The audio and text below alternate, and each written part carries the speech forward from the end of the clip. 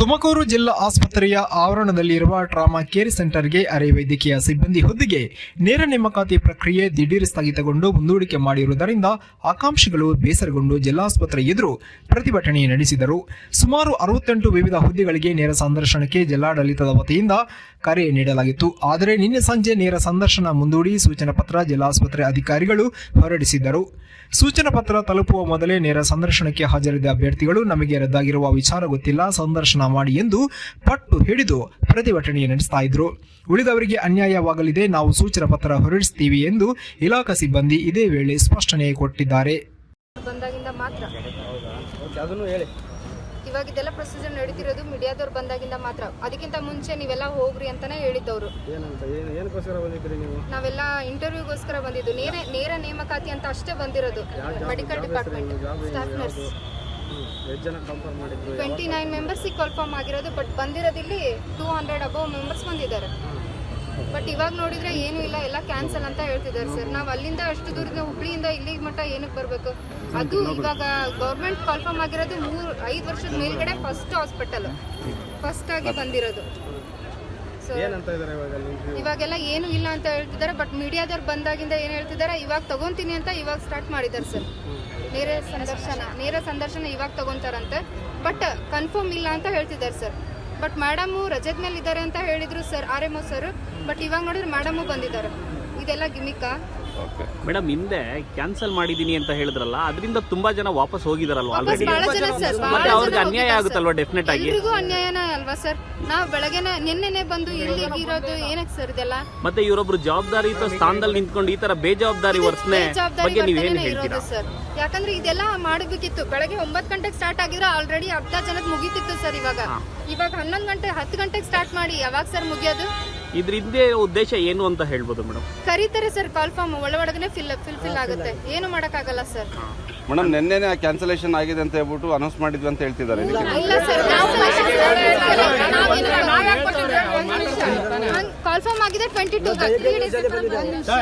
22ಗೆ arise ಆಗಿರೋದು. 22ಗೆ arise ಆಗಿರೋದು ಅಂದ್ರೆ 3 ಡೇಸ್ ಬ್ಯಾಕ್ ಹೆಂಗೆ ಕ್ಯಾನ್ಸಲ್ ಮಾಡಕ್ಕಾಗುತ್ತೆ ಸರ್? ಮೇಡಮ್ 3 ಡೇಸ್ ಅಲ್ಲ, ನಿನ್ನೆ ಕ್ಯಾನ್ಸಲ್ ಆಗಿದೆ ಅಂತ ಹೇಳ್ತಿದ್ದಾರೆ. ಕ್ಯಾನ್ಸಲ್ ಆಗಿದ್ದು ನಿನ್ನೆ ಗೊತ್ತಾಗ್ಬೇಕಂದ್ರೆ ನಾವು ನಿನ್ನೆ ನೈಟ್ನೇ ಟ್ರೈನ್ ಹತ್ತಿವಲ್ಲ ಸರ್. ಇವತ್ತು ಯಾಕೆ ನೋಟಿಸ್ ಪೀರಿಯಡ್ ಅಲ್ಲಿ ಹಾಕ್ಬೇಕಾಗಿದೆ?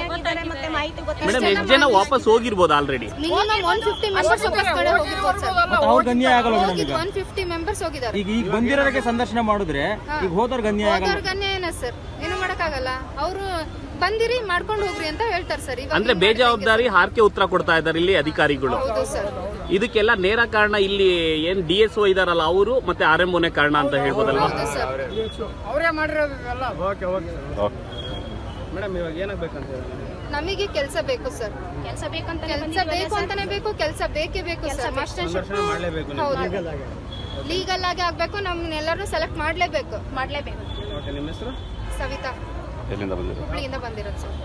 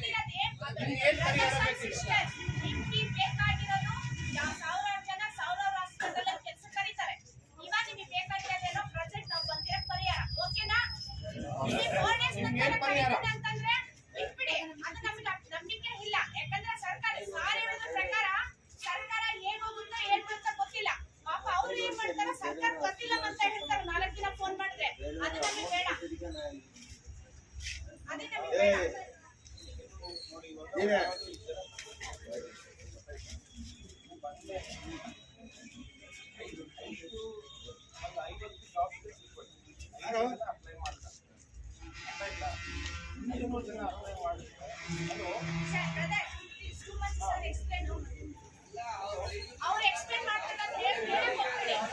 ನಿಮಗೆ ಎಕ್ಸ್ಪ್ಲೇನ್ ಬೇಕಾಗಿಲ್ಲ, ನಮಗೆ ಪ್ರೆಸೆಂಟ್ ಪರಿಹಾರ ಅಷ್ಟೇ.